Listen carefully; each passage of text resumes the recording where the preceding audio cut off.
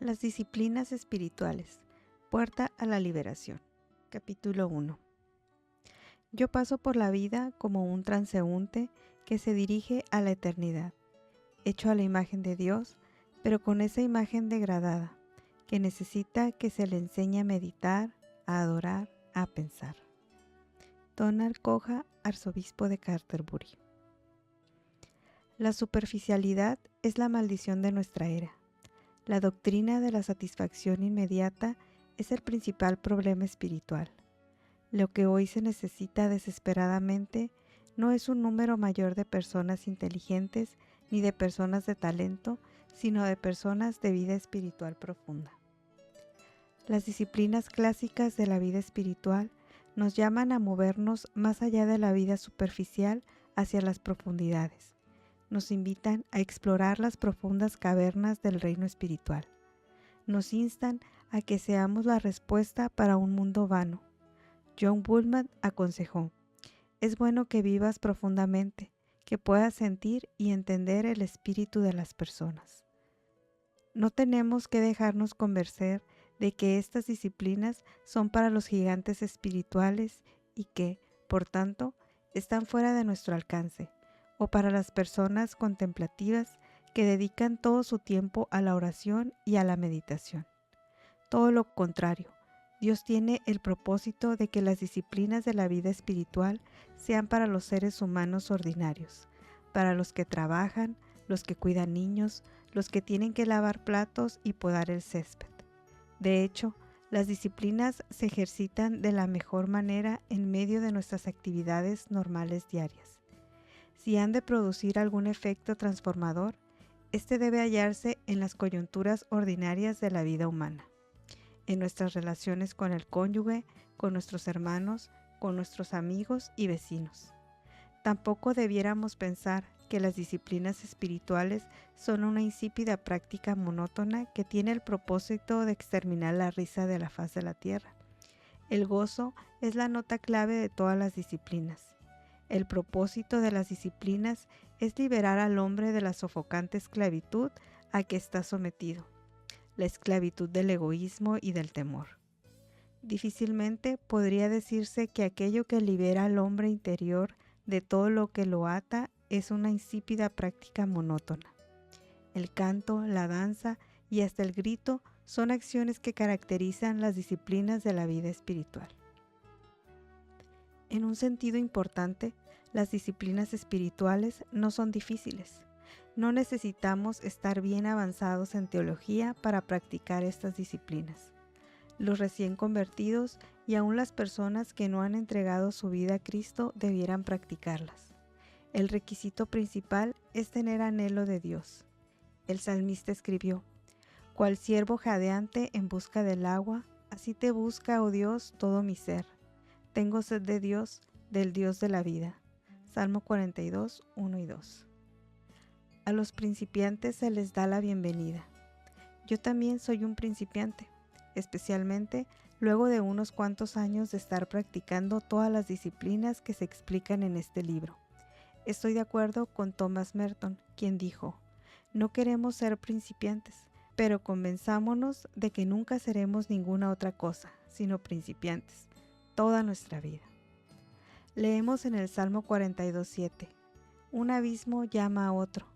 Tal vez en alguna parte recóndita de tu vida hayas oído el llamado a una vida más profunda, más plena. Tal vez te hayas cansado de las experiencias frívolas y de las enseñanzas superficiales. De vez en cuando has captado vislumbres, indicios de que hay algo más profundo que lo que conoces. Internamente has anhelado lanzarte hacia la profundidad. Los que han oído el distante llamado de las profundidades internas y desean explorar el mundo de las diferentes áreas de las disciplinas espirituales, inmediatamente se enfrentan a dos dificultades. La primera está constituida por el filosófico. La base materialista de nuestra era ha llegado a ser tan penetrante que ha producido en los individuos graves dudas respecto a su capacidad para extenderse más allá del mundo físico. Muchos científicos de primera clase han pasado más allá de tales dudas, pues sabían que no podemos estar confinados a un área de espacio y tiempo, pero la persona promedio se deja influir por la ciencia popular, que tiene una generación de atraso en el tiempo y tiene prejuicios contra el mundo no material. Es difícil exagerar lo saturados que estamos con la mentalidad de la ciencia popular. De la meditación, por ejemplo, en caso de que se le conceda validez en alguna forma, no se piensa que es un contacto con el mundo espiritual real, sino una manipulación psicológica. Por lo general, las personas tolerarían un leve interés en el viaje interior, pero luego llega el momento de entrar en los asuntos reales del mundo real. Necesitamos valor para movernos más allá del prejuicio de nuestra era y afirmar con nuestros mejores científicos que existe algo más que el mundo material. Con honestidad intelectual, deberíamos estar dispuestos a estudiar y explorar este otro reino con todo el rigor y la determinación que concederíamos a cualquier otro campo de investigación. La segunda dificultad es práctica. Simplemente no sabemos cómo explorar la vida interior. No siempre ha sido así.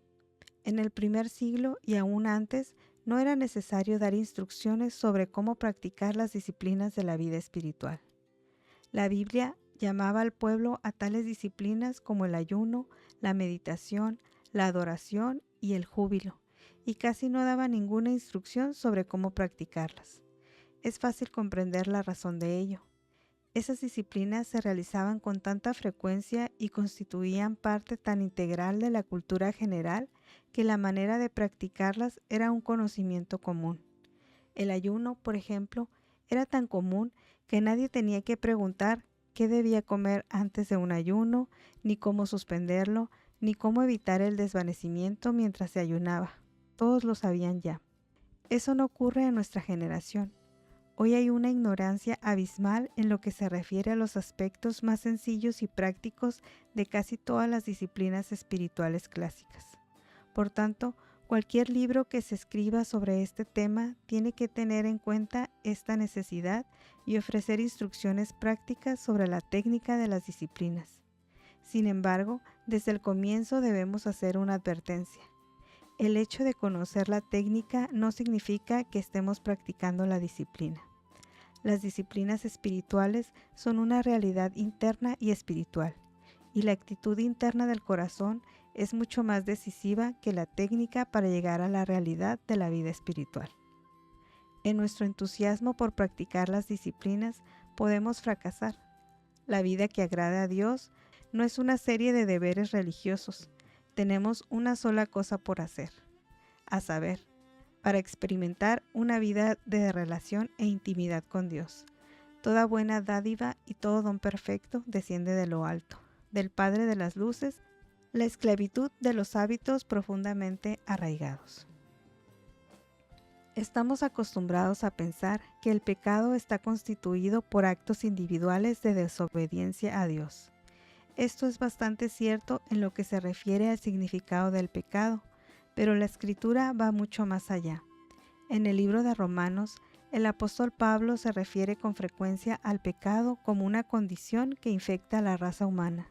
Por ejemplo, Romanos 3, de 9 al 18. El pecado como una condición se abre camino por medio de los miembros del cuerpo, es decir, por medio de los hábitos que están profundamente arraigados en el cuerpo. Romanos 7:5 y siguientes. Y no hay ningún esclavo que se pueda comparar con el esclavo de los hábitos arraigados de pecado. En Isaías 57:20 se nos dice: pero los impíos son como el mar en tempestad, que no pueden estarse quietos, y sus aguas arrojan cieno y lodo. Eso es resultado de sus movimientos naturales. Así nos pasa a nosotros cuando estamos bajo la condición de pecado. Los movimientos naturales de nuestra vida producen cieno y lodo. El pecado es parte de la estructura interna de vida. No se necesita ningún esfuerzo especial. No es extraño que nos sintamos atrapados. Nuestro método ordinario de hacer frente al pecado que está arraigado consiste en lanzarle un ataque frontal. Confiamos en nuestra fuerza de voluntad y en nuestra determinación. Cualquiera que sea el problema que tengamos, ira, amargura, glotonería, orgullo, lascivia, alcoholismo, temor, determinamos no volverlo a hacer nunca. Oramos contra él, peleamos contra él y establecemos nuestra voluntad contra él. Pero todo es en vano y volvemos a caer moralmente en la bancarrota. O aún peor, nos ponemos tan orgullosos de nuestra justicia externa que la expresión sepulcros blanqueados es nada para describir nuestra condición. Heini Arnold, en su libro excelente Freedom from Sinful Thoughts, Libres de Pensamientos Pecaminosos, escribe: queremos decir muy claramente que no podemos librar y purificar nuestro propio corazón mediante el ejercicio de nuestra propia voluntad. En Colosenses, Pablo enumera algunas de las maneras externas que usa la gente para controlar el pecado.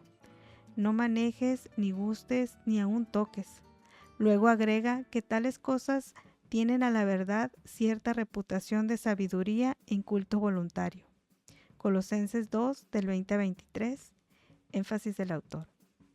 Culto voluntario. Esa expresión es muy significativa y describe muchísimo de nuestra vida.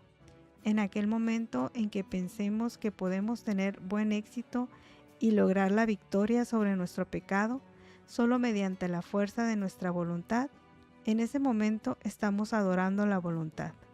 ¿No es irónico que Pablo observara nuestros más tenaces esfuerzos en la andanza cristiana y los llamara idolatría, culto voluntario? La fuerza de voluntad nunca tendrá éxito para hacer frente a los hábitos pecaminosos profundamente arraigados. Emmett Fox escribe: tan pronto como resistas mentalmente cualquier circunstancia que no deseas o no quieres, de ese modo estás concediéndole más poder que usará en contra tuya, y habrás menguado tus propios recursos precisamente hasta ese punto. Heini Arnold llega a la siguiente conclusión: mientras pensemos que podemos salvarnos por nuestra propia fuerza de voluntad, solo haremos que el mal que hay en nosotros sea más fuerte que nunca antes. Esta misma verdad la han experimentado todos los grandes escritores que han escrito sobre la vida devota, desde San Agustín hasta San Francisco, desde Calvino hasta Juan Wesley, desde Teresa de Ávila hasta Juliana de Norwich. El culto voluntario puede tener una demostración externa de éxito durante algún tiempo, pero en las grietas de nuestra vida siempre se manifestará nuestra profunda condición interna. Jesús describió tal condición cuando habló acerca de la demostración externa de justicia que hacían los fariseos. De la abundancia del corazón habla la boca. El que es bueno, de la bondad que atesora en el corazón, saca el bien, pero el que es malo, de su maldad saca el mal. Pero yo les digo que en el día del juicio todos tendrán que dar cuenta de toda palabra ociosa que hayan pronunciado. Mateo 12, 34 al 36. La gente puede hacer una demostración durante algún tiempo, a fuerza de voluntad, pero tarde o temprano vendrá el momento de descuido en que la palabra ociosa se deslizará y saldrá a revelar la verdadera condición del corazón. Si estamos llenos de compasión, eso se pondrá de manifiesto. Si estamos llenos de amargura, eso también se manifestará. No es que intentemos ser así. No tenemos la intención de explotar de ira o de exhibir una desagradable arrogancia, pero cuando estamos con las personas, se pondrá de manifiesto lo que somos. Aunque tratemos con toda nuestra fuerza de esconder estas cosas, nos traicionarán nuestros ojos, nuestra lengua, nuestro mentón, nuestras manos, todo nuestro lenguaje corporal. La fuerza de voluntad no tiene defensa contra la palabra ociosa, contra el momento de descuido. La voluntad tiene el mismo defecto de la ley, solo puede hacer frente a lo externo. Eso no es suficiente para producir la necesaria transformación del espíritu interno.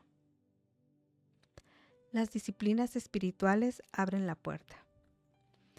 Cuando desesperamos por lograr la transformación interna por medio de los poderes de la voluntad y de la determinación, es cuando estamos accesibles a una nueva y maravillosa comprensión. La justicia interna es un don de Dios que ha de recibirse por gracia. El cambio interno que necesitamos es obra de Dios, no de nosotros. Lo que se necesita es un trabajo interno y solo Dios puede obrar desde adentro. Esta justicia del reino de Dios no la podemos lograr ni ganar. Es una gracia que se da. En el libro de Romanos, el apóstol Pablo dedicó un gran espacio a presentar esta justicia como un don de Dios. En esa epístola, él usó el término justicia 35 veces y en cada caso destaca el hecho de que la justicia no se logra por medio del esfuerzo humano. Una de las afirmaciones más claras se encuentra en Romanos 5:17. Con mayor razón, los que reciben en abundancia la gracia y el don de la justicia reinarán en vida por medio de un solo hombre, Jesucristo. Esa enseñanza, por supuesto, no solo se halla en Romanos, sino en toda la Biblia, y en el momento de comprender esta revelación conmovedora, caemos en el peligro de cometer un error en la dirección opuesta. Estamos tentados a creer que no hay nada que podamos hacer. Si todos los esfuerzos humanos terminan en bancarrota moral, habiéndolo probado sabemos que así es, y si la justicia es un don gratuito de Dios, como lo dice claramente la Biblia, entonces ¿no es lógico sacar la conclusión de que tenemos que esperar que Dios venga a transformarnos? Aunque es muy extraña, la respuesta es negativa. El análisis es correcto, el esfuerzo humano es insuficiente y la justicia es un don de Dios. Lo defectuoso es la conclusión. Pues felizmente hay algo que podemos hacer. No necesitamos agarrarnos de los cuernos de un dilema, las obras humanas o la ociosidad humana. Dios nos dio las disciplinas para la vida espiritual como un medio para recibir su gracia. Las disciplinas nos permiten colocarnos ante Dios de tal modo que Él pueda transformarnos. El apóstol Pablo dijo: el que siembra para agradar a su naturaleza pecaminosa, de esa misma naturaleza cosechará destrucción. El que siembra para agradar al Espíritu, del Espíritu cosechará vida eterna. Gálatas 6:8. El granjero no tiene la capacidad para producir granos. Lo único que puede hacer es proveer las correctas condiciones para que se produzca el grano. Él coloca la semilla en el terreno donde las fuerzas naturales se encargan de ella y el grano se produce. Así son las disciplinas espirituales. Son la manera de sembrar para el espíritu. Las disciplinas constituyen el método de Dios para colocarnos en tierra. Ellas nos colocan en el sitio en el que Él puede obrar dentro de nosotros y transformarnos. Las disciplinas espirituales no pueden hacer nada por sí solas. Solo pueden llevarnos al sitio en que se puede hacer algo en nosotros. Son los medios de gracia de Dios. La justicia interna que buscamos no es algo que se derrama en nuestras manos. Dios ha establecido las disciplinas de la vida espiritual como los medios por los cuales somos colocados en el lugar en que Él puede bendecirnos. En este sentido, sería apropiado hablar acerca del camino de la gracia disciplinada. Es gracia por cuanto es gratuita. Es disciplinada por cuanto hay algo que hacemos nosotros.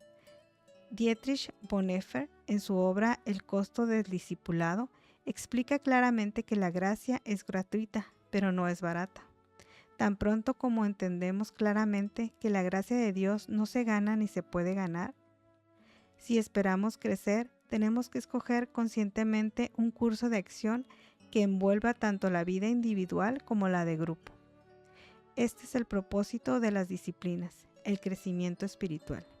Sería útil que nos representáramos mentalmente lo que he estado explicando. Imaginémonos un estrecho arrecife que tiene una caída perpendicular a ambos lados.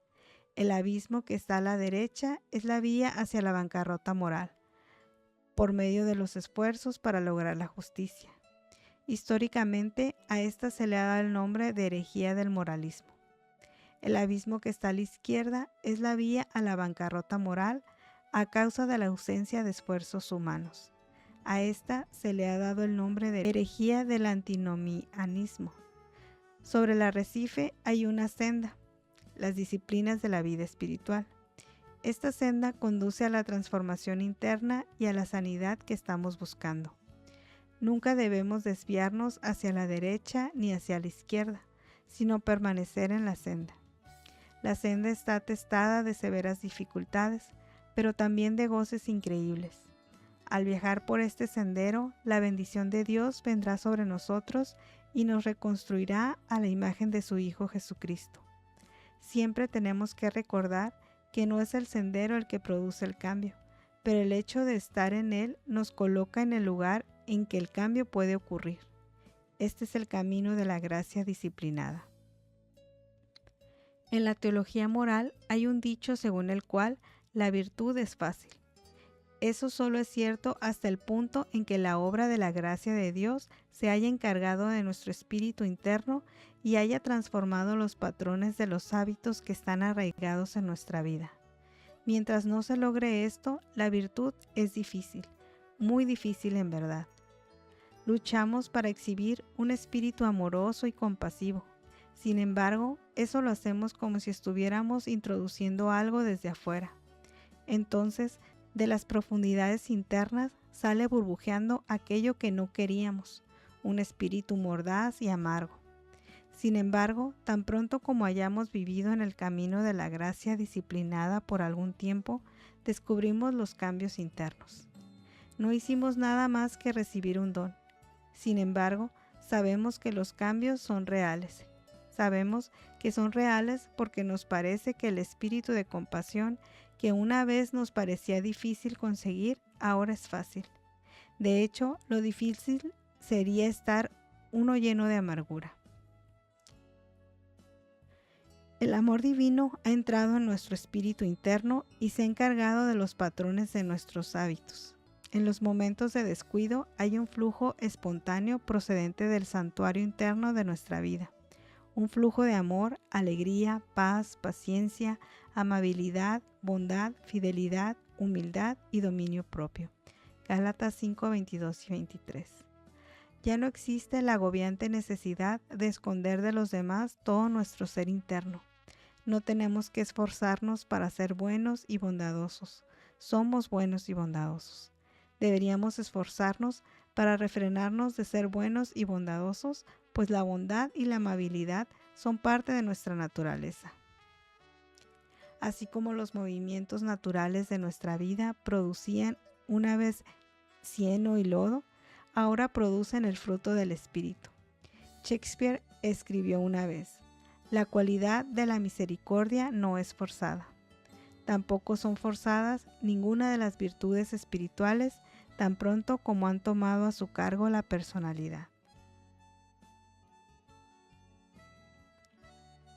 El camino de la muerte, cambiar las disciplinas en leyes.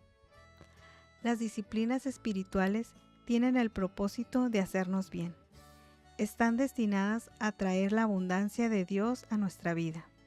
Es posible, sin embargo, convertirlas en otro conjunto de leyes para matar el alma. Las disciplinas atadas a la ley respiran muerte. Jesús enseñó que tenemos que ir más allá de la justicia de los escribas y de los fariseos. Sin embargo, necesitamos comprender que la justicia de ellos no era cosa pequeña. Estaban dedicados a seguir a Dios de tal forma que muchos de nosotros no estaríamos preparados para hacerlo.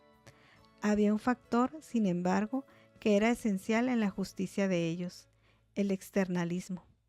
Su justicia consistía en un control de las manifestaciones externas que a menudo incluía la manipulación de los demás. El punto hasta el cual hayamos ido más allá de la justicia de los escribas y de los fariseos en nuestra vida se ve en la manera en que se demuestra la obra interna de Dios en nuestro corazón. Eso tendrá resultados externos, pero la obra será interna.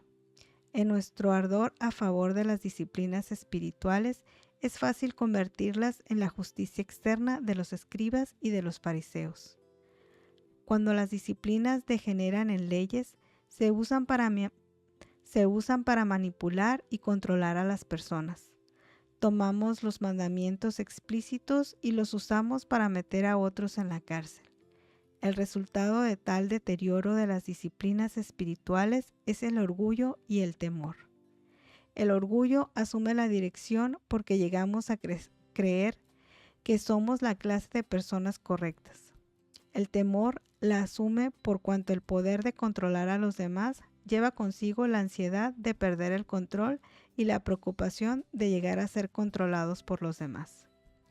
Si hemos de progresar en el camino espiritual, de tal modo que las disciplinas sean una bendición y no una maldición, tenemos que llegar al punto de quitar de nosotros la perpetua carga de tener que manejar a los demás. Esa necesidad, más que cualquier otra cosa, nos llevará a convertir las disciplinas espirituales en leyes. Tan pronto como hemos hecho una ley, tenemos una norma externa, por la cual podemos juzgar quién la está cumpliendo y quién no. Sin leyes, las disciplinas son esencialmente una obra interna y es imposible controlarla. Cuando creemos genuinamente que la transformación interna es una obra de Dios y no nuestra, podemos hacer que descanse nuestra pasión por enderezar a los demás. Tenemos que estar enterados de cuán rápidamente podemos encerrar esta o aquella palabra y convertirla en una ley. En el momento en que hagamos eso, estamos en condiciones de que nos aplique el severo pronunciamiento de Jesús contra los fariseos. Atan cargas pesadas y las ponen sobre la espalda de los demás, pero ellos mismos no están dispuestos a mover ni un dedo para levantarlas. En estas cuestiones necesitamos que se encarnen en nuestra mente las siguientes palabras del apóstol Pablo. Él nos ha capacitado para ser servidores de un nuevo pacto, no el de la letra, sino el del espíritu, porque la letra mata, pero el espíritu da vida. 2 Corintios 3:6. Al entrar nosotros al mundo de las disciplinas espirituales, siempre habrá el peligro de convertirlas en leyes. Pero nosotros no quedamos entregados a nuestros propios recursos. Jesucristo prometió ser nuestro maestro y guía. No es difícil oír su voz. No es difícil entender sus instrucciones. Si estamos comenzando a calcificar lo que siempre debe ser vivo y creciente, Él nos lo dirá. Podemos confiar en su enseñanza. Si estamos vagando hacia alguna idea errónea o hacia alguna práctica no provechosa, Él nos guiará de regreso al sendero. Si estamos dispuestos a oír a nuestro monitor celestial, recibiremos la instrucción que necesitamos. Nuestro mundo tiene hambre de personas que sean genuinamente cambiadas. León Tolstoy observó: todos piensan en cambiar a la humanidad y nadie piensa en cambiarse a sí mismo. Estemos entre aquellos que creen que la transformación interna de nuestra vida es una meta digna de nuestro mejor esfuerzo.